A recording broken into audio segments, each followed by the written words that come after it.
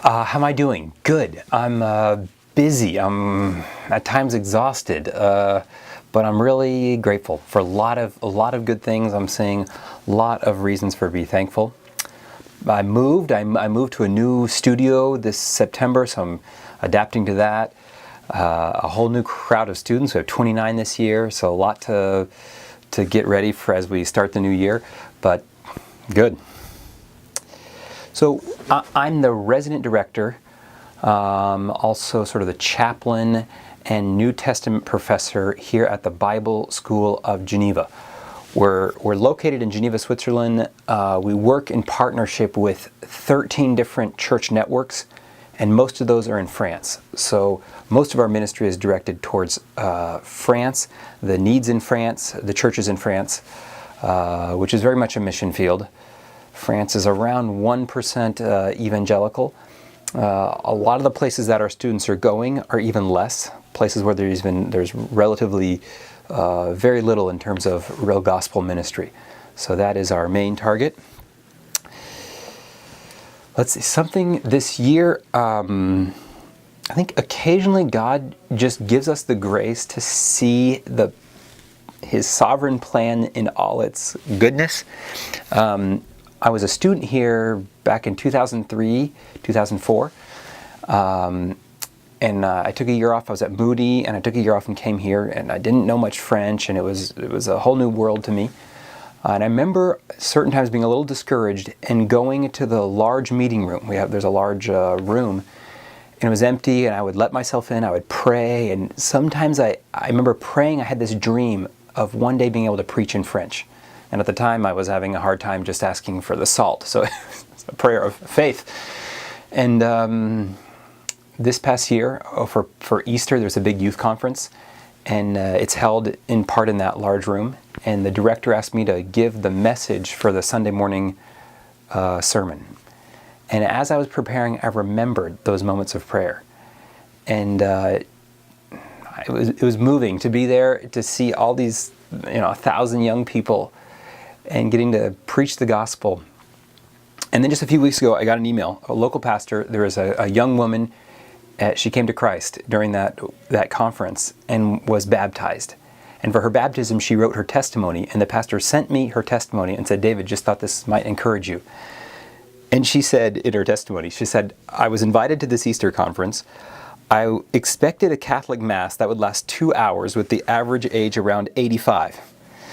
Not at all. I met a crowd of young people, different cultures, and above all, an immense love.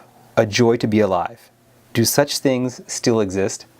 And went on to share how she came to accept Christ and now is involved. And I mean, it's just the moments like that are just amazing and make all the effort worth it. And thank you for those who prayed for something like that. I know you were praying for that weekend, and just God is at work, and He just surprises us sometimes.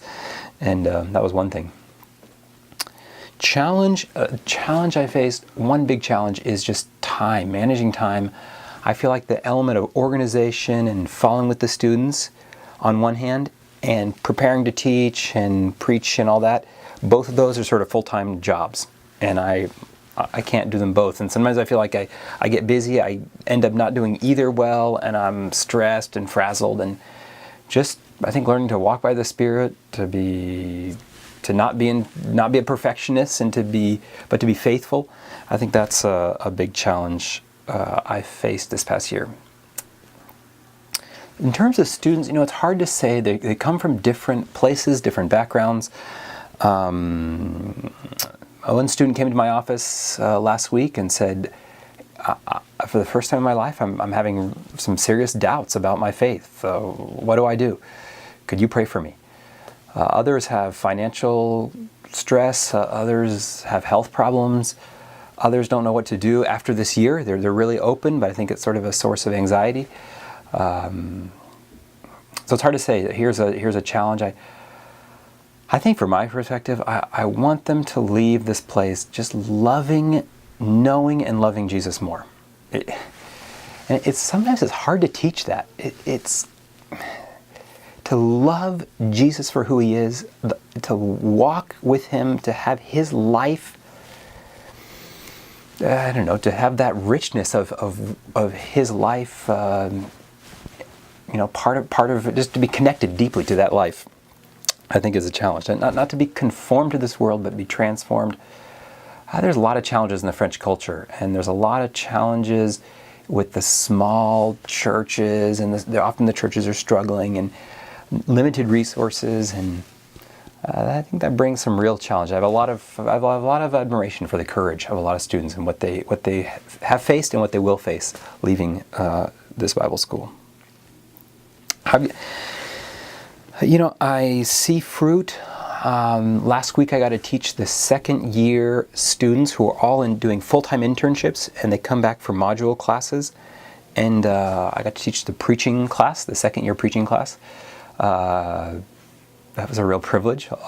A lot of them I know pretty well already because I walked with them through the first year. And here they are in ministry, and they're hungry, they're open. It's a subject I'm passionate about, and that was just really neat. I think too, just a practical, before leaving, I was praying for integration here in a different culture and chance to connect with non-believers. And I know some of you have prayed that I would just have have joy in my life here, and that I'd be able to keep running. Well, I've been able to keep running, and I've discovered some fun races running in the Alps. And this summer I got to do the big Ultra Trail du Mont Blanc. It's a 103-mile race with 30,000 feet of elevation gain. I don't know what I was thinking when I signed up, but as I was there, I was running, it struck me how God was faithful, and He's answered so many of the prayers. Two of my colleagues, they came, and they were my official support team. Two women who work here at the school, and they didn't know anything about running, and they had a blast, I think, just like being this crew team. And some of my friends from the running group here, non-Christians, were there, and I did well. I got to finish in the top 100, and it was just, I don't know, it was fun to experience this crazy challenge too. I think God has been helped me and faithful, and I'm just grateful to be able to do these things. I see that TCC is continuing to send out pastors. I heard the announcement of Josh last week. He's going to send out pastors to places where there's a lot of mountains. When Josh starts winning ultramarathons, just know I taught him everything he knows. Anyway, a big thank you to you guys. I think of you often. It's busy out here. Sometimes I wish I could send out thank yous more often, and it'd be hard to be out there without the support I have from Trinity and from the network I had there. You guys are changing lives out here by your prayer and by your support. So thank you. Be blessed, and I pray for you guys and pray that God is continuing the good work He's doing there in Lake County and the area. Love you.